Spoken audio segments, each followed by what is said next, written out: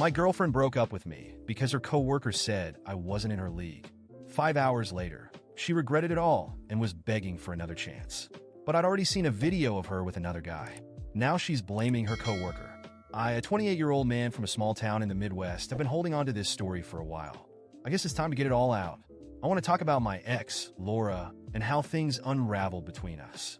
This all started back in high school, so let me take you there first. Laura and I met during sophomore year. She wasn't the loud, attention-seeking type like a lot of other girls in our grade. She was more the quiet, keep-to-herself kind of person.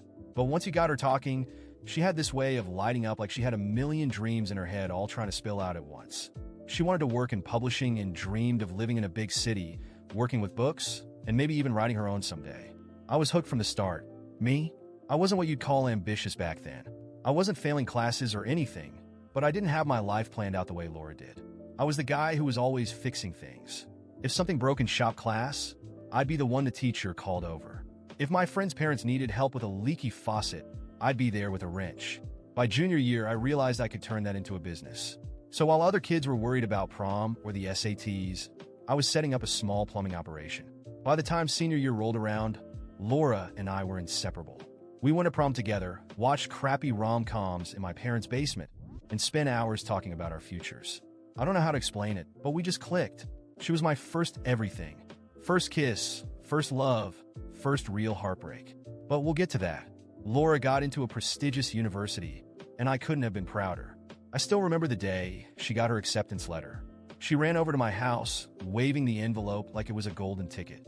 I hugged her so tight, I thought I might break her. That was Laura, though. Always aiming high, always pushing herself. When she left for school, I didn't see it as the end of us. I saw it as the next step. I kept working on my plumbing business, and by then it was doing pretty well. Nothing glamorous, but steady. Money was coming in. I figured if she was chasing her dreams, the least I could do was make sure she didn't have to worry about things like rent or groceries. So that's what I did.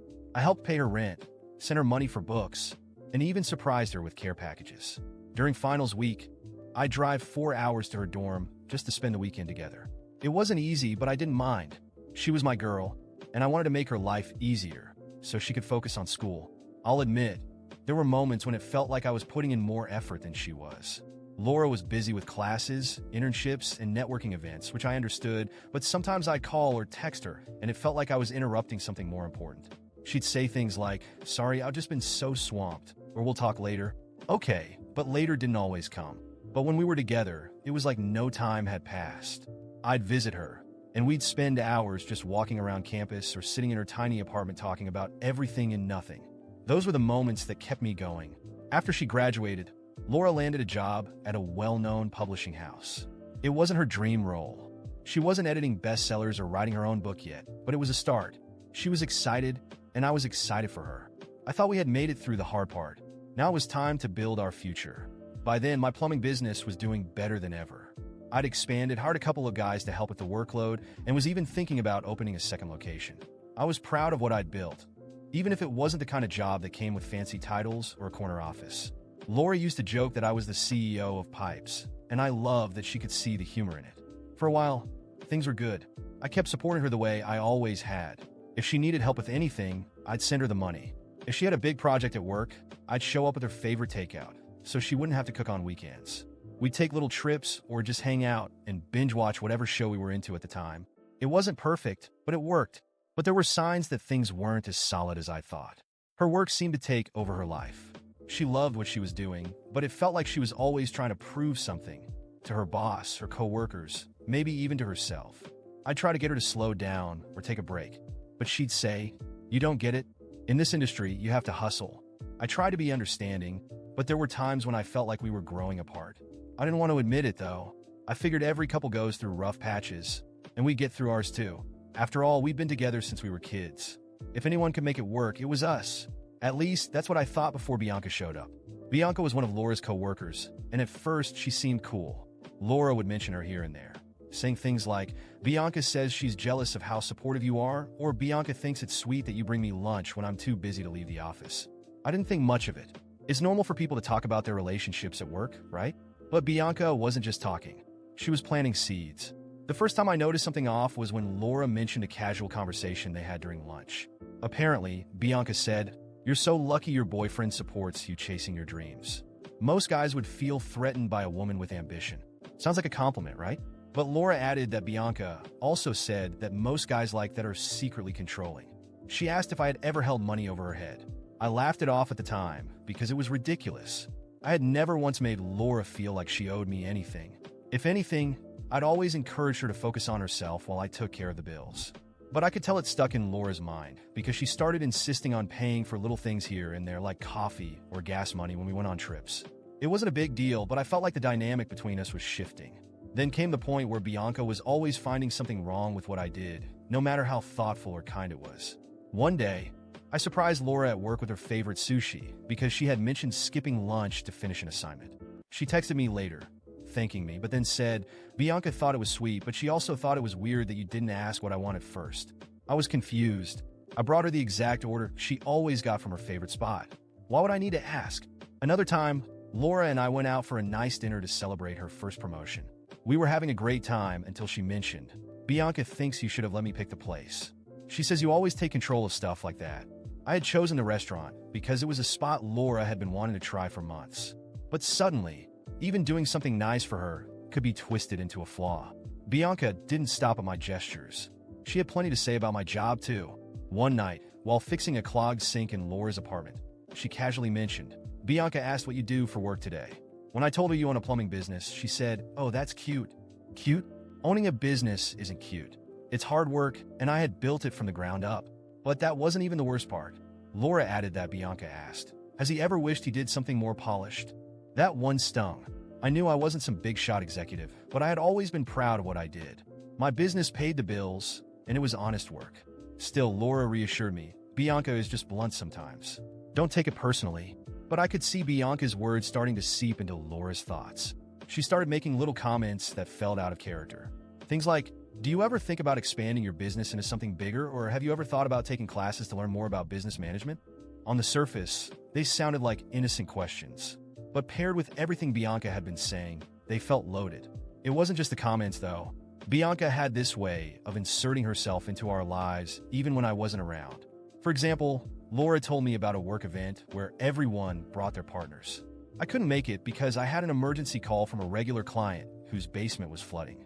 When Laura mentioned why I wasn't there, Bianca said, see, that's the thing with guys like him. Their work always comes first.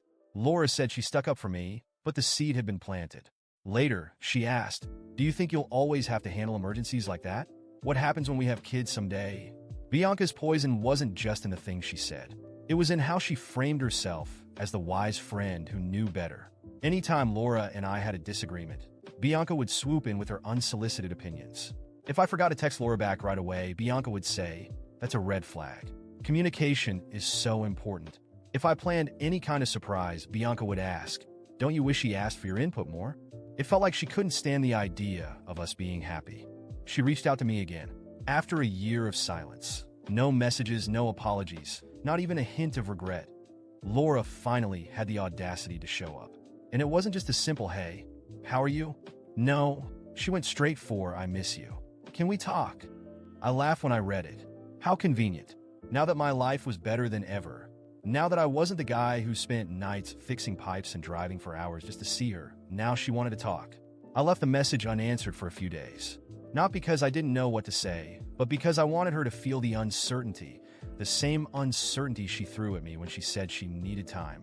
I could picture her staring at her phone, checking to see if I had read it, if I would reply, if I still cared. But I didn't care. Not the way she wanted me to. My life had completely changed. After cutting Laura off, I threw myself into work. I expanded my plumbing business, opened 2 new branches, and turned what was once a small operation into a thriving company. I was no longer the guy who fixes leaks. I was the owner of a solid, successful business with employees and recognition. Beyond that, my personal life had never been better. I was in the best shape of my life, taking care of myself like never before. I went out, met new people, and had a few casual relationships. Nothing too serious, but enough to make me realize just how toxic Laura had been. How she had made me feel like I was never enough, like I had to change just to be worthy of her. Now I saw everything clearly. And then Laura showed up. After ignoring her for nearly a week, I finally replied, hey Laura, I miss you too. Let's meet. A lie. I didn't miss her at all. but I wanted her to think I did. She responded immediately, like she had been waiting desperately. We arranged to meet at an upscale restaurant in the city, a place she had always wanted to go, but I couldn't afford back then. Now I could. When I arrived, she was already there, dressed up as if it were a date. She smiled, but not the smile of someone happy to see an old friend. It was the smile of someone hoping to reclaim what they lost. "You look amazing," she said, scanning me up and down. "Life's been good," I replied, offering no further details. She seemed uneasy at my response. Of course, I wasn't the same guy anymore. We sat down and ordered. She tried to start small talk, asking about my business, my routine, how I'd been feeling lately. But I could see in her eyes that none of that was what she really wanted to know. What she really wanted to know was, do I still have a chance? And that's when I let her dig her own grave. "You know, Laura," I started after a while, "I've thought about you a lot these past few months." She looked relieved. "I've thought about you too.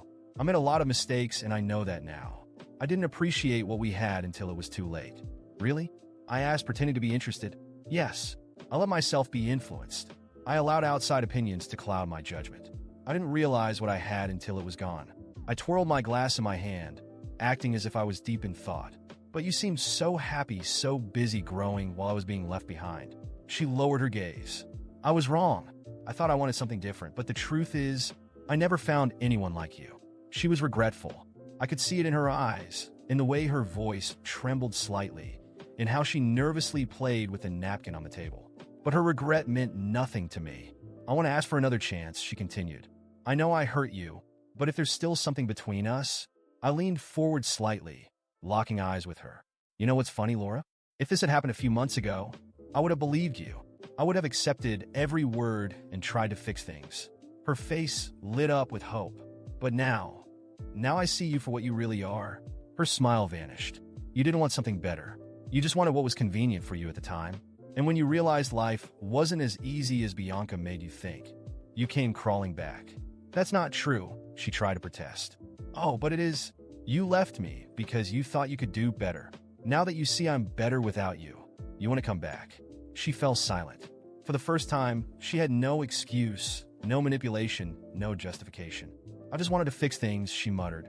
"Laura, you can't fix what's already broken. You can try to glue the pieces back together, but it will never be the same." She swallowed hard. "So, is that a no?" I stood up, placed money on the table to cover my half of the bill, and grabbed my jacket. "It's a go fuck yourself." Her expression changed instantly. The mask of remorse dropped, and for a second, I saw the anger take over. The wounded pride, the humiliation of being rejected by someone she assumed would always be waiting for her. But I wasn't waiting, and I never would be again.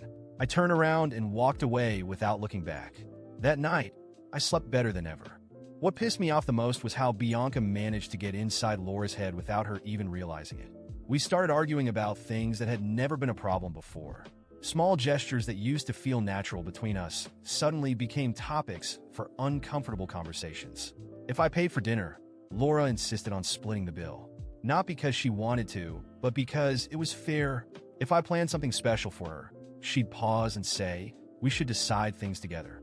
If I was late replying to a text because I was buried in work, she'd sigh and say, "I understand, but..." before adding some passive-aggressive remark that sounded exactly like something Bianca would say. At first, I tried to reason with her. I explained that this was how we had always been, that it had never been an issue before, that I did everything because I cared, because I wanted the best for her. But nothing I said seemed to be enough anymore. And then came the worst part. It was a Friday night after a long, exhausting week. I showed up at Laura's apartment with a bottle of wine she loved. I just wanted to relax with her, forget about everything, and enjoy our time together. But as soon as I walked in, I knew something was wrong. Laura was sitting on the couch, arms crossed, a heavy look on her face. "We need to talk." Nothing good ever follows that sentence. I sat down next to her, trying to act calm, but my stomach was already sinking. "What's going on?" She took a deep breath before speaking. "I feel like maybe we gotten stuck." My heart dropped. "Stuck? What do you mean?" "Don't get me wrong, I love you, but sometimes it feels like we're just standing still while everyone around us is moving forward. I see my friends growing, chasing new opportunities, and I don't know, sometimes I feel like I'm not moving anywhere." My blood boiled. "You feel stuck?" "Laura, I've done everything for you. I supported you through college. I stood by you through every hard time. I built a business to make sure we never had to struggle. I know. and I'm grateful for that, but I just need something more. That phrase hit me like a punch to the gut. Something more? Like what? She avoided my eyes. Her fingers fidgeted, like she was rehearsing the words in her head. I don't know if I can keep doing this. I let out a bitter laugh. This is because of Bianca, isn't it? She looked visibly uncomfortable. It has nothing to do with her. Oh, really? So why is it that only after she started meddling in our relationship, you suddenly started questioning everything? She said nothing. Answer me, Laura. Do you actually believe this? Or are you just repeating what she's been putting in your head? I just want to grow, and you seem so comfortable where you are. Comfortable? Laura, I work over 10 hours a day. I'm not stuck. I'm building something from the ground up. Unlike your friend, I don't sit around judging people's lives as if I have all the answers. She shook her head and rubbed her face with her hands. I don't want to fight. Oh, but you don't want to break up, huh? She hesitated. I just need some time. That was when I knew I had already lost her. Because it always starts like that. A break that turns into distance. An excuse that turns into a permanent goodbye. I stood up, unsure whether I felt more anger or sadness. You've already made up your mind, haven't you? She didn't answer, which was an answer on its own. I grabbed my things and walked out of her apartment. For the next few days, I tried to act like I didn't care, but everything reminded me of her. Then, less than a week later, a mutual friend sent me a video. I didn't want to open it. I knew nothing good would come from it, but curiosity got the best of me. The video showed Laura at a bar with another guy. They weren't just talking. She was laughing, playing with her hair, looking at him the way she used to look at me. And then the kiss.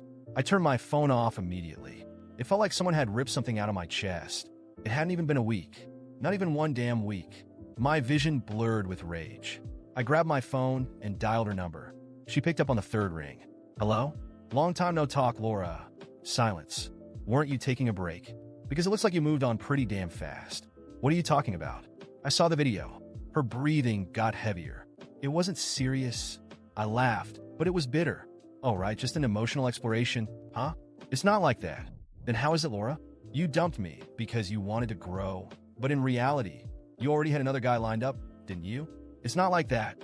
Do you think I'm stupid? She stayed silent. You know what's the worst part? I gave you everything. I believed in us.